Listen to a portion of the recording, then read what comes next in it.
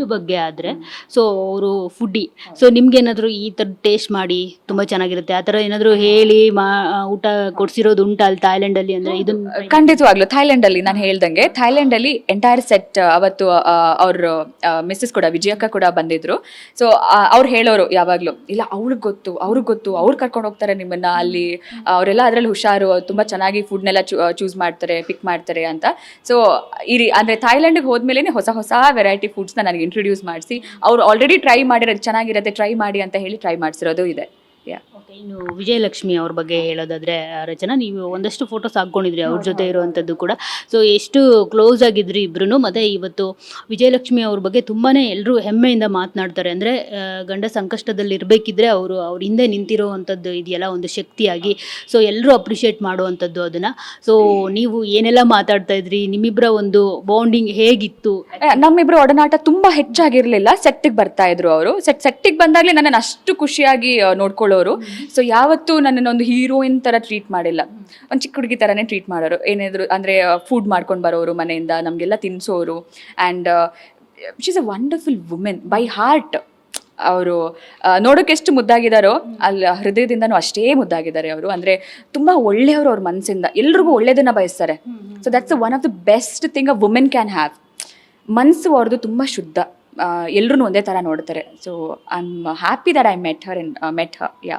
So ನಿಮ್ಮದು Thailand ಒಂದು making release ಆಗಿದೆಯಲ್ಲ, ಅದರಲ್ಲಿ ದರ್ಶನ್ ಅವ್ರು ಯಾಕೋ ಸಪ್ಪಕ್ಕೆ ಕೂತಿರ್ತಾರೆ. ಸೊ ವಿಜಯಲಕ್ಷ್ಮಿ ಮೇಡಮ್ ಅಂದರೆ ಲೈಕ್ ಈ ಥರ ಏನೋ ಸ್ವೆಟ್ ಔಟ್ ಒರೆಸೋದು ಸಮಾಧಾನ ಮಾಡ್ತಿರೋದು ಗೊತ್ತಿಲ್ಲ. ಸೊ ಎಷ್ಟು ಅವರು ಒಂದಷ್ಟು ಅಂದರೆ ಲೈಕ್ ಈಗ ಅವ್ರಿಗೆ ಧೈರ್ಯವನ್ನು ತುಂಬಬೇಕಾಗಿರುತ್ತೆ, ಆ ಕೆಲಸವನ್ನು ಎಷ್ಟು ಮಾಡ್ತಾ ಇದ್ದಾರೆ? ಇಲ್ಲ, ಅದು ಸಮಾಧಾನ ಮಾಡ್ತಿರೋದಲ್ಲ. ಅಲ್ಲಿ ನಾವೆಲ್ಲರೂ ಹಿಂಗಾಗಿದ್ವಿ ಆ ಬಿಸಿಲಿಗೆ.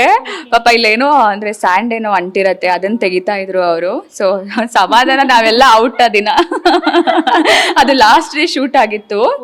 ಸೊ ಒಮ್ಮೆ ಬಿಟ್ಬಿಡ್ರಪ್ಪ ಅಂತ ಹೇಳೋ ಪರಿಸ್ಥಿತಿಲಿ ಇದ್ವಿ ನಾವೆಲ್ಲ.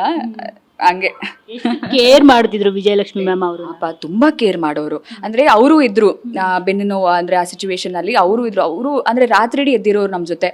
ಅವರು ಮಲಗಿರ್ಲಿಲ್ಲ. ಆ 26 ಗಂಟೆ ಶೂಟ್ ಮಾಡಿರೋ ದಿನ ಅವರು ಇದ್ರು. ಅವರು ಎದ್ದಿರೋರು ನಮ್ಮ ಜೊತೆ. ಎಲ್ಲರೂ ಸರ್ ಎದ್ದಿದ್ದಾರೆ ಅಂದ ತಕ್ಷಣ ಅವರು ಎದ್ದಿರೋರು. ಅಲ್ಲ, ಉದಯ್ಪುರಲ್ಲಿ ಶೂಟ್ ಆದವತ್ತು ಅವರು ಇದ್ರು.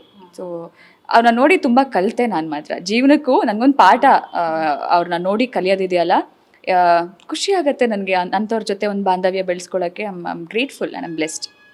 ಯಾ. ಇನ್ನು ರಚನಾ ರೈ ಅಂತಂದರೆ ಅಫ್ಕೋರ್ಸ್ ಮಂಗಳೂರು ಕರಾವಳಿ. ಸೊ ಸದ್ಯಕ್ಕೆ ನಿಮ್ಮ ಕರಾವಳಿ ಅವ್ರದ್ದೇ ಅಬ್ಬರ ಜೋರಾಗಿದೆ.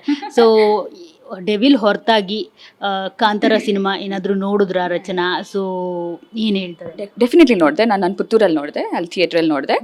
ಖುಷಿ ಆಗುತ್ತೆ. ನಮ್ಮ ನೆಲದ ಸಿನಿಮಾ ಎಲ್ಲ ಕಡೆ ಸೌಂಡ್ ಮಾಡ್ತಾ ಇದೆ. Of course we are all proud and they are all making us proud. So ಇದಕ್ಕಿಂತ ಹೆಚ್ಚು ಏನು ಬೇಕು ಅಲ್ವಾ? We are all happy. So Darshan ಸರ್ನ ರಚನಾ ಚಿಕ್ಕ ಹುಡುಗಿನಲ್ಲಿ ಅಫ್ಕೋರ್ಸ್ ಮೇ ಬಿ ನಾವೆಲ್ಲ ಚೈಲ್ಡ್ಹುಡ್ಡಿಂದನೂ ಅವ್ರ ಸಿನಿಮಾಗಳನ್ನ ನೋಡ್ಕೊಂಡು ಬಂದಿದ್ದೀವಿ. ಸೊ ವಿಂಟೇಜ್ ದರ್ಶನ್ ಅಂತ ಅಂದಾಗ ರಚನಾ ಅವ್ರು ನೋಡಿರೋ ಫಸ್ಟ್ ಸಿನಿಮಾ ಯಾವುದು? ಸೊ ಆ ಸಿನಿಮಾ ಏನಾದರೂ ನೋಡಿದಾಗ ನಾನು ಇವ್ರ ಜೊತೆ ಆ್ಯಕ್ಟ್ ಮಾಡಬೇಕು ಅಂತ ಅಂದ್ಕೊಂಡಿದ್ದೆ ಏನಾದರೂ ಇದೆಯಾ ಆ ಥರದ್ದು ಘಟನೆಗಳು? ಸೊ ನನಗೆ ಲಾಲಿ ಹಾಡು ತುಂಬ ಇಷ್ಟ. ಅದ್ರ ಸಾಂಗ್ಸ್ ನನಗೆ ಸಿಕ್ಕಾಪಟ್ಟೆ ಇಷ್ಟ. ಅದ್ರಲ್ಲಿ ದರ್ಶನ್ ಸರ್ನ ಒಂಥರ ನೋಡೋದೇ ಖುಷಿ ನನಗೆ. So that was my most favourite. ಈಗ ಕೇಳಿದ್ರು ನನಗೆ ಲಾಲಿ ಹಾಡೇ ಇಷ್ಟ. ತುಂಬ ಆಸೆ ನನಗೆ. ಯಾ. ಹಾಡ್ತೀರಾ ಯಾವುದಾದ್ರೂ ಹಾಡು? ಎಲ್ಲರೂ ಓಡ್ ಹೋಗ್ತಾರೆ. ಸೊ ಪ್ಲೀಸ್ ಮುಗಿಸಿದ ಮೇಲೆ ಬೇಕಾದ್ರೆ ಹಾಡ್ತೀನಿ, ಆ ರಿಸ್ಕ್ ತಗೊಳ್ಳಿ ನೀವು. ಸೊ ಅಲ್ಲಿ ತನಕ ಬೇಡ. ಅನ್ಕೊಂಡಿದ್ರಾ ಲಾಲಿ ಹಾಡು ನೋಡೋವಾಗ ಇವ್ರ ಜೊತೆ ಯಾವಾಗಾದ್ರೂ ಆ್ಯಕ್ಟ್ ಮಾಡ್ತೀನಿ? ಖಂಡಿತವಾಗ್ಲೂ ಇಲ್ಲ.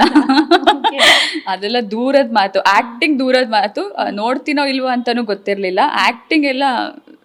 ಸೊ ಈಗ ಇಂಡಸ್ಟ್ರಿ ಅಂತ ಬಂದಾಗ ಇನ್ಸ್ಪಿರೇಷನ್ ಅಂತ ಅಂದರೆ ರಚನಾ ಅವ್ರಿಗೆ ಯಾರು? ಹೀರೋಯಿನ್ಸ್ ಆಗಿರ್ಬೋದು, ಹೀರೋಸ್ ಆಗಿರ್ಬೋದು, ಯಾರಾದರೂ ಆಗಿರ್ಬೋದು? ಪ್ರತಿಯೊಬ್ಬರು ಇಷ್ಟ ನನಗೆ. ವಿಷ್ಣುವರ್ಧನ್ ಸರ್ ಇಷ್ಟ, ಅಂಬರೀಷ್ ಸರ್ನ ಇಷ್ಟ, ಆ್ಯಂಡ್ ಶಿವಣ್ಣ ಇಷ್ಟ, ಅಪ್ಪು ಸರ್ ಇಷ್ಟ, ಸುದೀಪ್ ಸರ್ ಇಷ್ಟ, ಯಶ್ ಅವ್ರು ಇಷ್ಟ. ಎಂತೆಂಥ ಸ್ಟಾರ್ಸ್ ಇದ್ದಾರೆ. ರಿಷಬ್ ಅವರು, ರಕ್ಷಿತ್ ಅವರು, ಎಂತೆಂಥ ಸ್ಟಾರ್ಸ್ ಇದ್ದಾರೆ ಇಂಡಸ್ಟ್ರೀಲಿ. ಪ್ರತಿಯೊಬ್ಬರು ಟ್ಯಾಲೆಂಟೆಡ್. ಸೊ ಅವರೆಲ್ಲ ನನ್ನ ಇನ್ಸ್ಪಿರೇಷನ್. ಹಾಗೆ ಹೀರೋಯಿನ್ಸ್ ಅಂತ ತಗೊಂಡ್ರೆ ಭಾರತಿ ಅಮ್ಮ ಇಷ್ಟ, ಸೌಂದರ್ಯ ಅವ್ರು ಇಷ್ಟ, ಲಕ್ಷ್ಮಿ ಅಮ್ಮ ಇಷ್ಟ. ಸೊ ಇವರನ್ನೆಲ್ಲ ನೋಡ್ಕೊಂಡು ಬೆಳೆದಿರೋಳು ನಾನು. ಪ್ರತಿಯೊಬ್ಬರು ಇನ್ಸ್ಪಿರೇಷನ್ ನನಗೆ.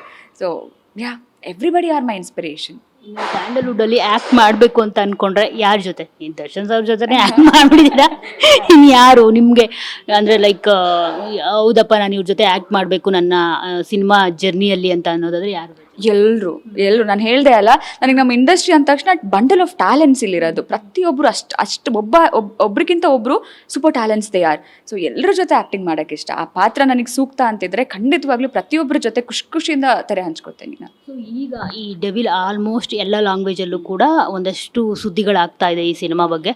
ಸೊ ಏನಾದರೂ ರಚನಾ ಅವ್ರಿಗೆ ಆಫರ್ಸ್ಗಳು ಏನಾದರೂ ಬೇರೆ ಲ್ಯಾಂಗ್ವೇಜಿಂದ ಏನಾದರೂ ಬರ್ತಿದ್ಯಾ, ಬಂದರೆ ಹೋಗ್ತಾರಾ ಹೇಗೆ ಅಂತ? ಬರ್ತಾ ಇದೆ, ಹಾಂ ಬರ್ತಾ ಇದೆ ಅಷ್ಟೇ. ಡೆವಿಲ್ ರಿಲೀಸ್ ಆದಮೇಲೆ ಸೊ ಇನ್ನು ಡೆವಿಲ್ ಫಸ್ಟ್ ಟೀಸರ್ ಬಿಟ್ಟಾಗ ಒಂದು ಡೆವಿಲ್ ಅವರು ಹೇಗೆ ಡೆವಿಲ್ ಆಗಿ ಆರ್ಭಟಿಸ್ತಾರೆ ಅನ್ನೋದನ್ನ ನಾವು ನೋಡಿದ್ದೀವಿ. ಒಂದಷ್ಟು ಆ್ಯಕ್ಷನ್ ಸೀನ್ಗಳು ಕೂಡ ಇದೆ. ಸೊ ಹೇಗಿರುತ್ತೆ ಈ ಡೆವಿಲಲ್ಲಿ ಆ್ಯಕ್ಷನ್ ಸೀನ್ಗಳಾಗಿರ್ಬೋದು? ನೀವೇನಾದರೂ ಆ್ಯಕ್ಷನ್ ಮಾಡಿದಾರಾ? ಅದರ್ವೈಸ್ ದರ್ಶನ್ ಸರ್ ಆ್ಯಕ್ಷನ್ ಮಾಡ್ತಿದ್ರೆ ನಿಂತ್ಕೊಂಡು ನೋಡೋದು? ಆಲ್ಮೋಸ್ಟ್ ಹೀರೋಯಿನ್ಸ್ ನಿಂತಿರ್ತಾರೆ ಒಂದು ಬ್ಯಾಕ್ಗ್ರೌಂಡಲ್ಲಿ. ಸೊ ಆ ಥರದ್ದು ಏನಾದರೂ ಇದೆಯಾ? ಡೆಫಿನೆಟ್ಲಿ ಆ್ಯಕ್ಷನ್ ಪ್ಯಾಕ್ಡ್ ಸಿನಿಮಾ, ಖಂಡಿತವಾಗ್ಲೂ ಆ್ಯಕ್ಷನ್ಸ್ ಇದೆ ಆ್ಯಂಡ್ ವಿಭಿನ್ನವಾಗಿದೆ. ನಾನು ಇದೆ so it's very like thrilling kind. ನಿಮ್ಗೆ ಆ ಥ್ರಿಲ್ ಡೆಫಿನೆಟ್ಲಿ ಫೀಲ್ ಆಗುತ್ತೆ ಥಿಯೇಟರ್ಸಲ್ಲಿ. ಜೊತೆಗೆ ನನಗೆ ಇನ್ನೊಂದು ಕ್ಯೂರಿಯಾಸಿಟಿ ಅಂತ ಅನಿಸಿದ್ದು, ಒಂದೇ ಒಂದು ಸಲ ಸೋತು ಬಿಡೆ ನೀನು ಅಂತ ಸಾಲು ಓಕೆನಾ, ದರ್ಶನ್ ಸರ್ಗೆ ಆಲ್ಮೋಸ್ಟ್ ಎಲ್ಲ ಹುಡುಗಿರು ಮತ್ತು ಎಲ್ಲರೂ ಸೋತ್ ಬಿಡ್ತಾರೆ ಅವರ ಒಂದು ಲುಕ್ ಆಗಿರ್ಬೋದು, ಅವ್ರಿಗೊಂದು ಗತ್ತು ಮಾಸ್ ಇದಕ್ಕೆ. ಸೊ ಯಾಕೆ ನೀವು ಸೋಲಲ್ವಾ, ಅದಕ್ಕೆ ಹಾಡಿಟ್ರ ಅಂತ?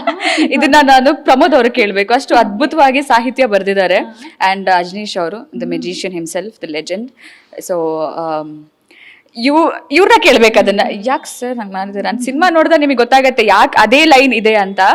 ಅದೇ ನಾನು ಹೇಳ್ದಂಗೆ ಪ್ರತಿಯೊಂದು ಲಿರಿಕ್ಸ್ ಕೂಡ ಸಿನಿಮಾ ಕನೆಕ್ಟ್ ಆಗಿದೆ. There is nothing like add ಮಾಡೋಣ, ರ್ಯಾಂಡಮ್ ಆಗಿ ಆ್ಯಡ್ ಮಾಡೋಣ, ಅಲ್ವೇ ಅಲ್ಲ. ಆ ಸಾಂಗ್ ಏನಕ್ಕೆ ಬರುತ್ತೆ ಅಂತ ನೀವು ಇವಾಗಲ್ಲ ಥಿಯೇಟ್ರಲ್ಲಿ ನೋಡಿದ್ರೆ ಗೊತ್ತಾಗುತ್ತೆ. ಆ ಲೈನ್ ಏನಕ್ಕೆ ಬರುತ್ತೆ ಅಂತ ಥಿಯೇಟ್ರಲ್ಲಿ ಗೊತ್ತಾಗುತ್ತೆ. ತುಂಬ ಒಳ್ಳೆ ಕ್ವೆಶನ್ ಕೇಳಿದ್ರಿ ನೀವು. ಆ್ಯಕ್ಚುಲಿ ಅದೇನಕ್ಕೆ ಅಂತ, ಅದು ಆ್ಯಕ್ಚುಲಿ ಇದೆ.